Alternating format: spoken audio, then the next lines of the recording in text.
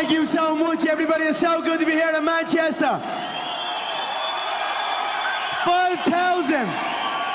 5,000 screaming fans. I'm almost humbled. I'm almost humbled. Thank you so much, everybody. Let's get this started.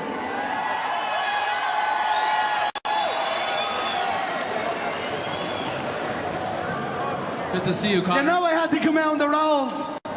You know I had to come out on the rolls. I'm the face of rolls. I'm the face of Rolls Royce. This is something. Thank you. Conor, this is something else. You are, pardon the pun, notorious for visualizing things, right? But be honest with me. Did you ever envision something like this? 5,000 people coming to watch you just speak, not compete, but just speak. Honestly, it's unbelievable. I'm so grateful for every single one of you. I swear on my life. I swear on my, honestly, I truly mean that. I truly mean that. I know I'm a cocky motherfucker, and I know you love me for it, but I'm truly humbled and truly grateful for every single person in this room. I know that true fans are in this room, and we're gonna have a good night tonight. We're gonna put the feet up, we're gonna celebrate, we're gonna talk business, we're gonna have a great night tonight. So everyone, get comfortable, sit down. We're gonna have a chat, and then you will be involved as well. So please get comfortable and have a seat. Conor, we have a lot to discuss. Let's talk, brother. Let's talk. I know you're looking to dig. Yes. I know you're looking to dig deep, and you can, no problem. Let's do it. I didn't come from New York just to chit-chat, my friend. There are a lot of answers that people want, and let's try to get them. Let's start with this. Since winning around 2.5 months ago at MSG, November 12th, you've remained relatively quiet, and there have been opportunities for you to speak up. Things have happened, and we'll get to those in a second. Why have you kind of stayed away from the limelight? Look, I've done everything I said I was gonna do. I was laughed at. I was literally laughed at to win that second world title. When I first came into, I was gonna take these 2 world titles down, laughed at. That's never gonna happen. An Irishman even winning the UFC. When I said that, I was laughed at. So I said I was gonna win the 2 world titles, I won them. I've done everything I said I was gonna do. I just wanna take a step back, chill. I wanna celebrate with my fans. I've been working so hard, my fans have followed me all over the world, so I just wanna enjoy my life and chill for a little bit. A lot has gone on, I've stayed in the game. Sure. I might have been as vocal, but I've been tactical. Every move is a calculated step, make no mistake about that. It's only January of 2017. I'm already the face of the UFC. I'm already the face of boxing. I'm already the face of the WWE.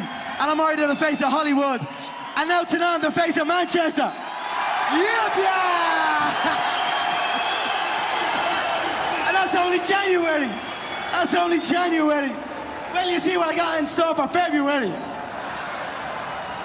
When you think back to that fight against Eddie Alvarez and the moment MSG breaking the gate record, not only for UFC, but for Madison Square Garden itself, and the way you beat him, how dominant it was, did that exceed your expectations? Did you really, because I know you always talked about winning 2 belts, but to do it like that on that kind of stage, did that go even better than you thought it was gonna go?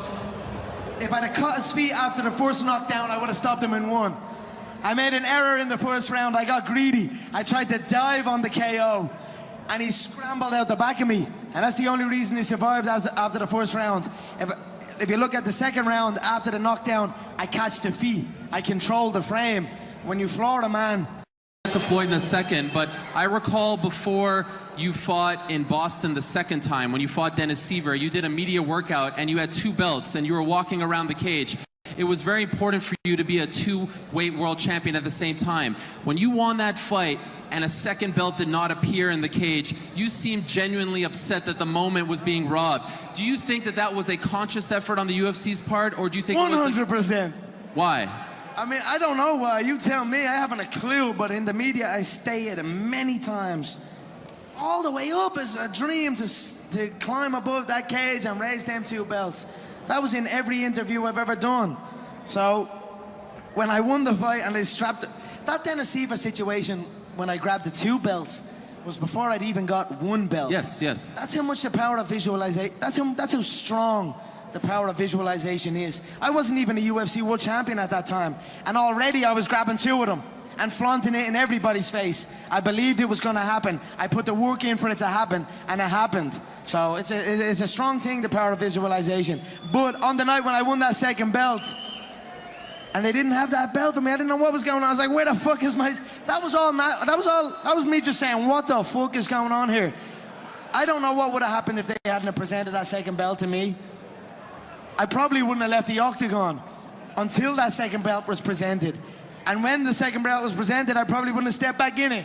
So I don't know what that was about. You'll have to ask them why they try and do that. I don't know, but sometimes we you know, listen, business it's a crazy business. I know all these interim belts and all these fake belts and all this type of stuff is getting done, but business is business. I don't hold no grudges over that. I still, at the end of the day, my shadow looms large over all of that featherweight division, over all that lightweight division, over the entire UFC, so they can try and fool the fans all they want, but the fans know. They know what's what.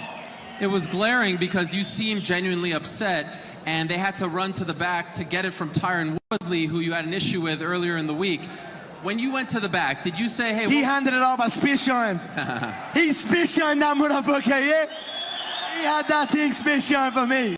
What was the mood like in the back? Because I heard that you were, maybe, and correct me if I'm wrong, a little upset that the Fertittas didn't come back for a little toast, as was tradition, right? None of that transpired at Madison Square Garden, correct? Look, not at that time. At the Diaz 2 fight, after it had been sold, I was expecting them to be there.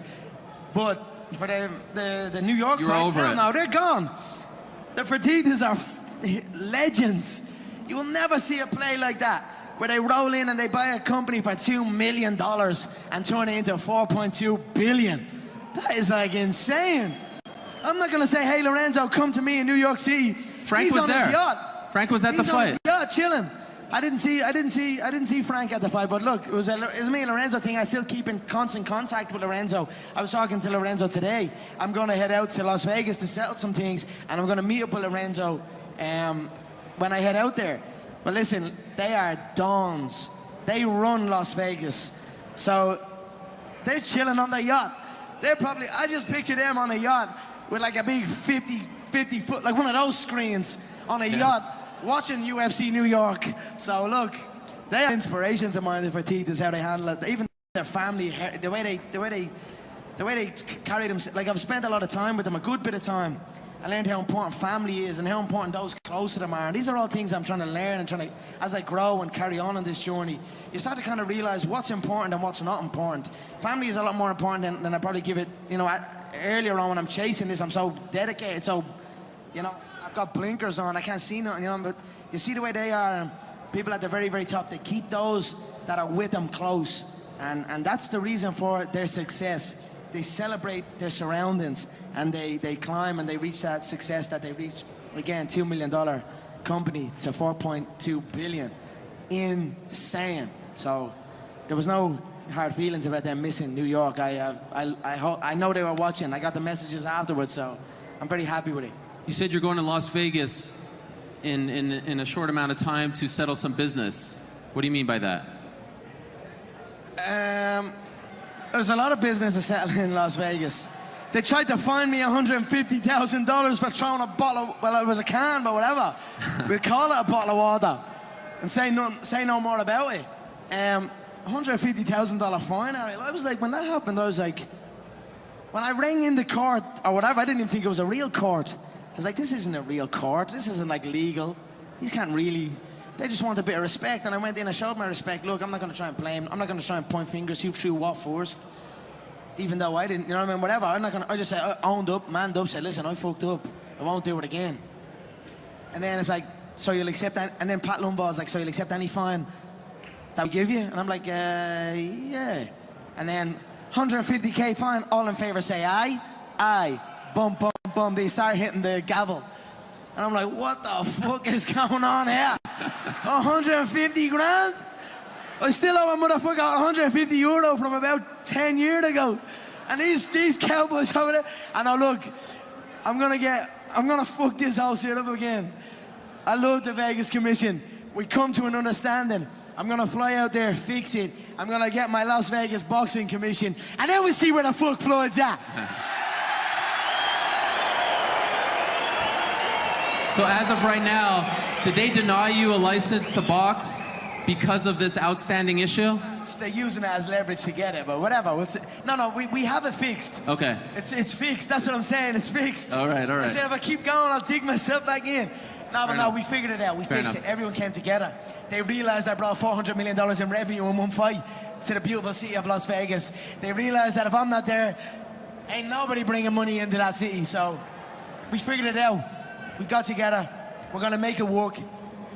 We'll pay the fine. We'll work out a way to pay the fine. We'll do the video that they want. They want like an anti-bullying campaign.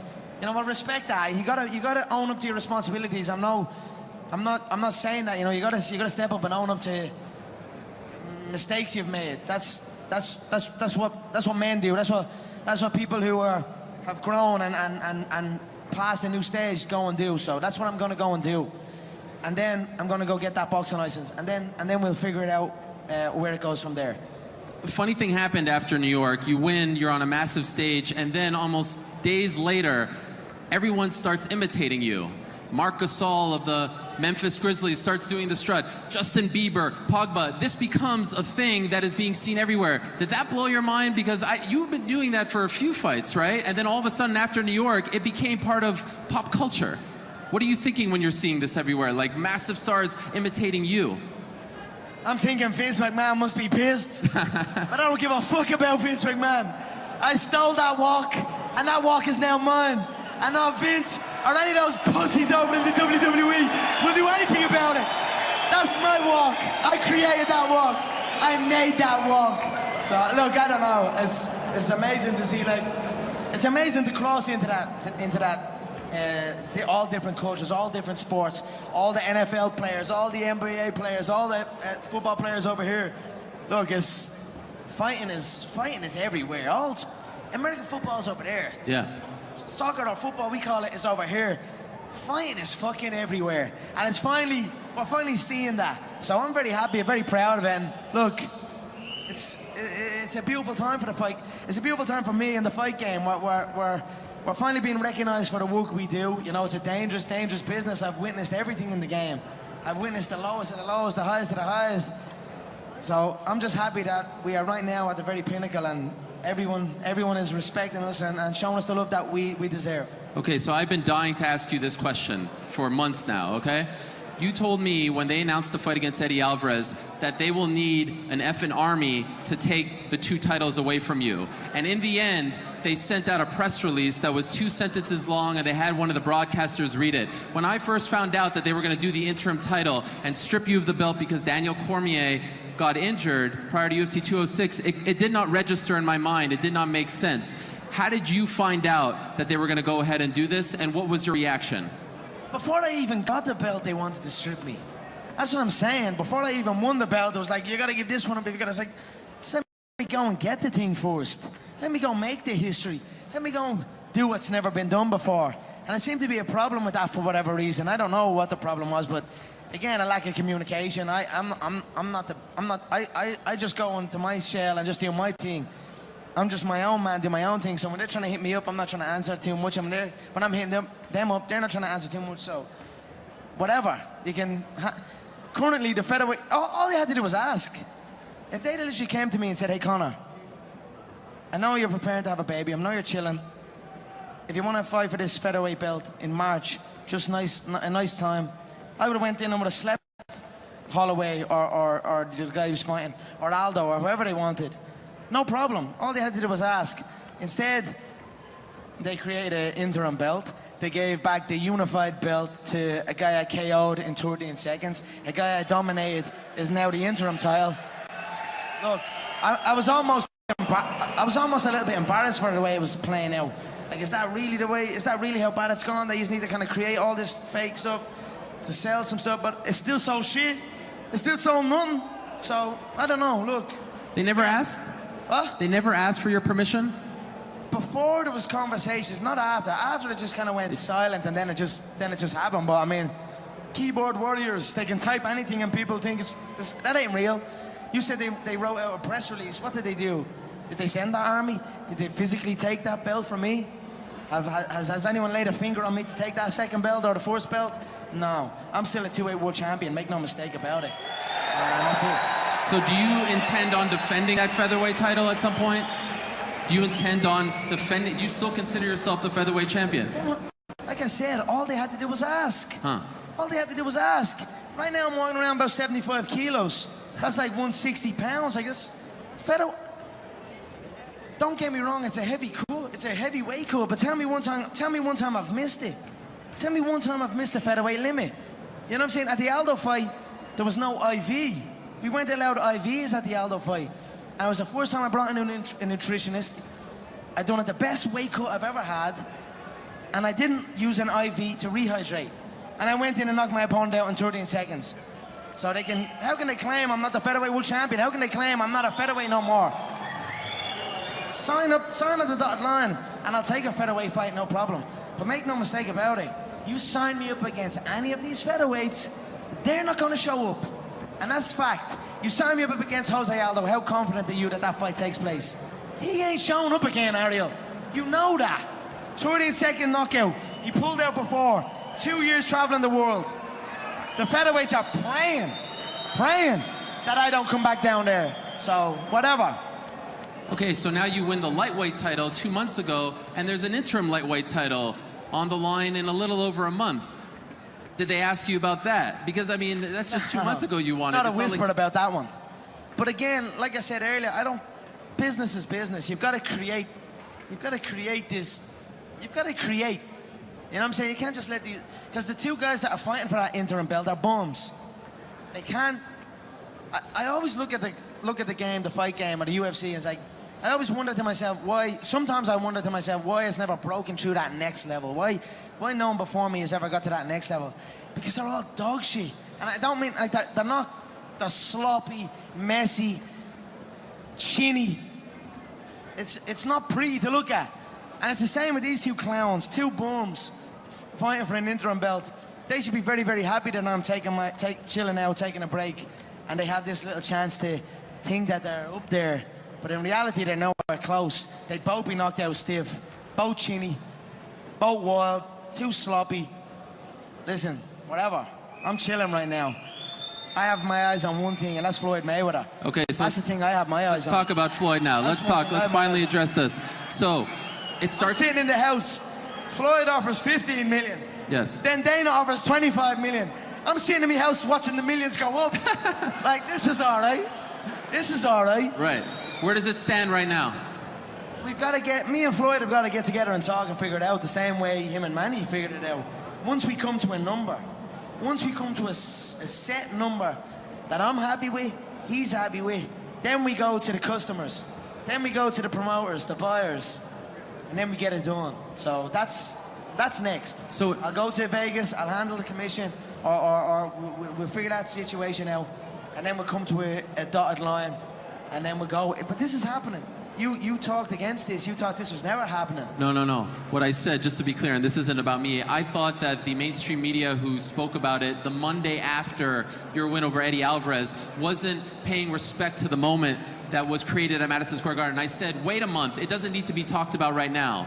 That's all I was saying. But I've also said that it's being explored, which is what you're saying as well. But so tell me this, when you're going to Vegas, when you're going to go out there, are you meeting with Floyd? Is that set? You know, only on Saturday decided I said I'm gonna go out there. Everything's good on the phone and that, but I need to go out there and really be in there and just get it. Because since that last fight, since Christmas, since everything, I've been celebrating, I've been toasting. So I need to get my skin back in the game fully. I've been in the game from a distance, but now I'm gonna get back in and get everything set up. But that fight was more than just being explored. That fight has been in the works a while now. So look, there's a lot of steps to get through to get the fight done. But it's the fight to make. It's the fight that people want. It's the fight I want. It's the fight I know I'm confident going in there. I've got the reach. I've got the youth. I've got the confidence. I've got the unpredictable style. You can't prepare for a style like me. So A guy said to me, why conquer one world when you can conquer two? So I'm gonna go conquer two worlds. And at the end of the day, it's another day for me. Like, in all honesty, it's another day. I get a phone call, hey Conor, you're fighting a Brazilian Jiu-Jitsu black belt. Okay. Hey Conor, you're fighting a Taekwondo black belt. Okay. Hey Conor, you're fighting a UFC world champion. Okay. Hey Conor, you're fighting boxing's pound for pound #1. Okay. It's another day for me. I get a phone call, I get the style of the opponent, the way he fights, and then I prepare to fight him. It's another fucking day for me. So that's it. Could you make this fight without the UFC? Sorry? Could you make this fight without the UFC? I mean, I believe so. With the Ali Act, I believe I can. I believe if, especially now there's offers on the table, but I think it's smoother, we're all involved. Okay. I think we're all about good business. I've done great business with the UFC, with Dana, with everyone. I think it's smoother if everyone just gets together, we get it involved. But again, everyone's got to know their place. So we'll cross that bridge when we come to it. What do you mean by that? Everyone has to know their place. I mean, everyone's got to know their place. What does that mean? It's not like... Who are you referring to? There's Mayweather Promotions, there's the UFC, and now there's the newly formed McGregor Promotions. Oh. And we're all in the mix. So that's what I'm saying. Nobody's my boss. I know Floyd likes to say, Dana's my boss in this, and he decides. Hell no. Nobody decides this. If they let people go fight jiu-jitsu tournaments, they can't stop me going to fight a boxing fight. So obviously it's smoother to do it all together, but look, everyone's just got to know their place, and everyone does know their place. Low-key, everyone knows their place, so we'll figure it out. So Dana publicly said he'd like to offer you $25 million and Floyd $25 million. What do you make of that split and those numbers? Do those seem fair to you? I'm happy that there was an offer made. I'm happy that he made the offer. We're getting there. We're moving up. First of all, I was like, this is never gonna happen. He done an interview, it's never gonna happen. Now there's an offer on the table. It's still not there yet, but it's closing in on it. But I believe this is the first. If Manny and Floyd done $500 million, I believe this one, cross sports, never before seen. This is the first $1 billion fight. So people's got to pay for a $1 billion fight. So it's getting there. We'll see.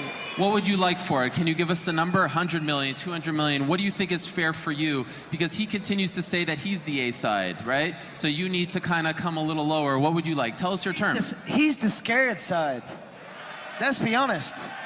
He's not trying to have a real fight. He needs rules to protect him. I don't need rules. So he can say he's this and he's that, but in reality, he's scared shitless. He is scared shitless. If I decide to just fight him straight up, fuck the UFC, fuck MMA, fuck boxing, fuck sports fighting. Let's just say we fight. It'd be the easiest fight, you know what I'm saying? It'd be the easiest fight ever. So he can say what he wants and he can try and promote what way he wants. He can try and pick up his net worth. It was a nice little play where he crossed my net worth to his net worth, even though that net worth is completely wrong. Yeah, tell us what it is. What is it? Can you tell us for the record? Worth? Yeah. Figure what Forbes figured, and then figure more. That's a Jay-Z quote. Okay. I hit the Forbes is, look, you see, don't worry about what my net worth is, but it's certainly not that. But it was a nice little play by him. I'm enjoying the little game we're having back and forth. I can't wait till we get it done, and it's like, there's the date. Let's get the fans wild for this, and let's go and have a proper knock. Under specific rules to keep you alive. Do you genuinely believe, though, that he wants to get this done? Like, do you think that he really is going to try hard to make it happen? I'd love to believe that. I do think that. We'll see. As I close in, as I get the Nevada boxing license, as I close more in on him, we'll find out then. But it's very hard to go back now. It's very hard to go back now because I'm hunting now. I'm hunting now, so we'll see. I hope so. I believe so. I'd like to believe so. What do you think the chances are of it happening in 2017? I believe it could happen by the end of this year. I believe it will happen by the end of this year or early next year. Okay. I believe either side of that, it will happen.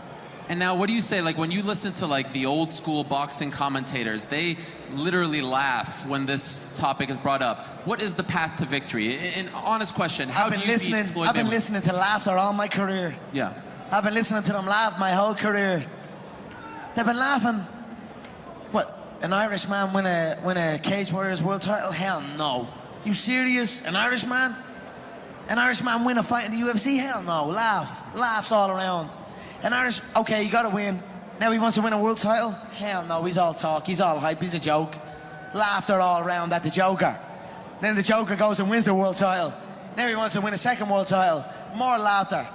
Listen, I don't know, the sound of laughter and the sound of doubt motivates me. So I'm enjoying that. I seek that.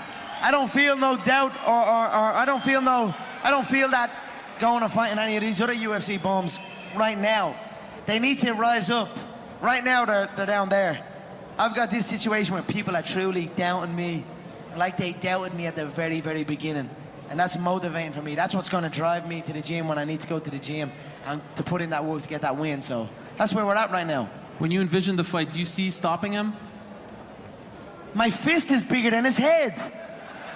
Seriously. He's a Malteser with eyeballs. 49-0, never been knocked down, never been knocked out. I know every single shot he's been hit with. I know every single shot he's been hurt with.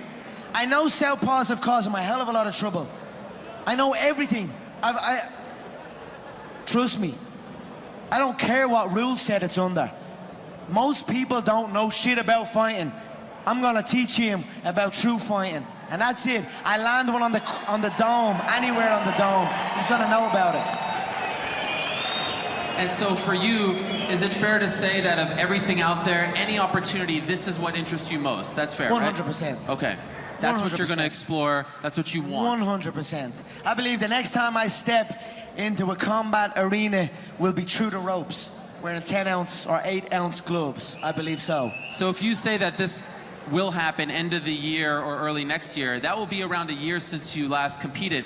You love to compete. Can you sit on the sidelines for that long? Can you do that? Tell you what, for 100 million, I'll sit for another year. Yeah. Oh yeah, you're right. I'm twitching sometimes. Yes. But you know, fuck it. This is historic. Fighting Khabib, what the fuck his name is, Tony, Donkey, Jose, fighting these, even Woodley for the third. It's not this. Sometimes you've got to be patient with situations, and I feel this is one of them. Plus the situation around me, Dee's about to have a baby. I'm looking forward to that. You know what I mean?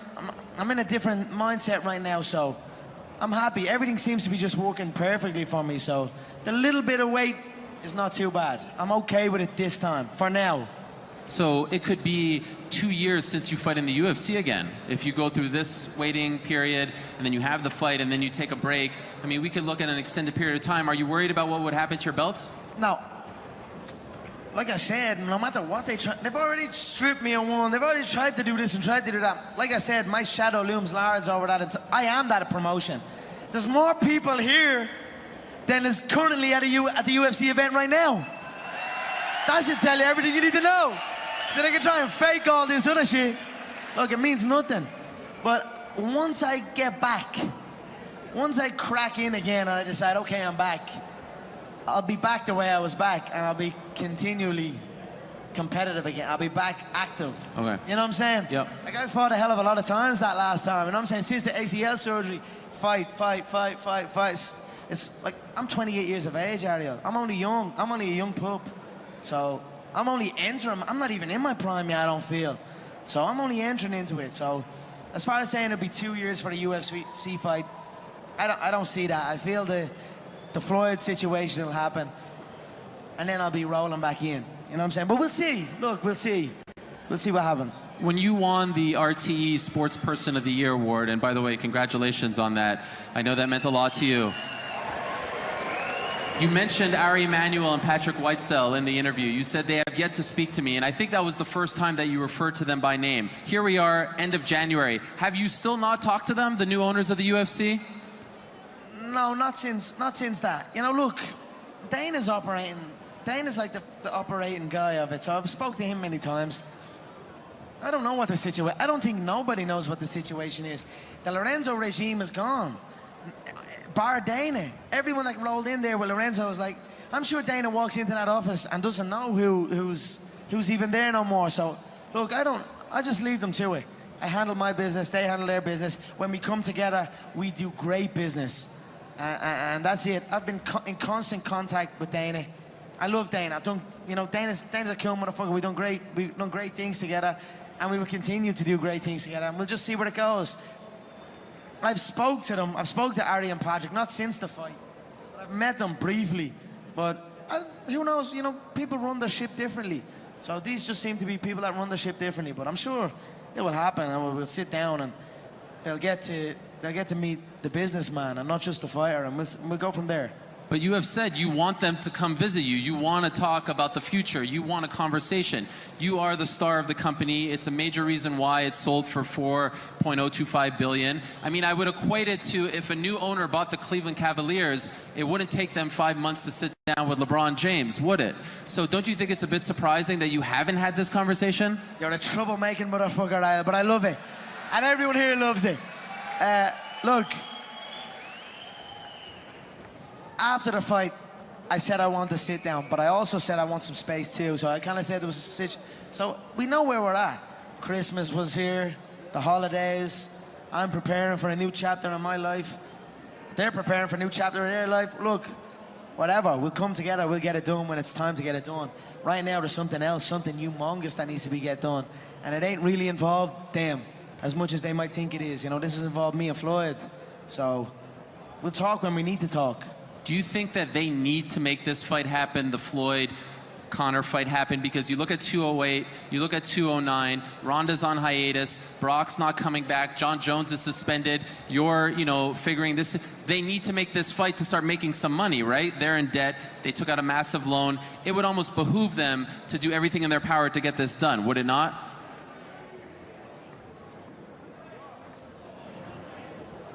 I mean, it's hard for me to go into that kind of, like, deep into that, what they need, what they don't need. They are who they are. They know what they're doing. You don't reach that level where you can purchase something like that at that price. And that wasn't their only purchase around that time. They purchased something else crazy as well. These are mega people that know what they're doing. So, look, we'll see what happens. I believe the numbers and the revenue generated isn't what they may have thought. I don't know. Who knows what these TV deals get? What happens with these TV deals when they get done, and what happens to that? But these are not stupid people. These are very intelligent business people. So they'll do what they need to do when they need to do it. You were supposed to fight at UFC 200, and you did not want to attend the press conference in April, and they put their foot down and removed you from the card, and there was a big drama with you retiring and coming back, and eventually you fought at 202. When you found out that they were going to allow Ronda Rousey to not speak to the media before her fight, what did you think? I didn't give a fuck. I'm the two-weight world champion at that stage. I'm fucking Richard and Rich.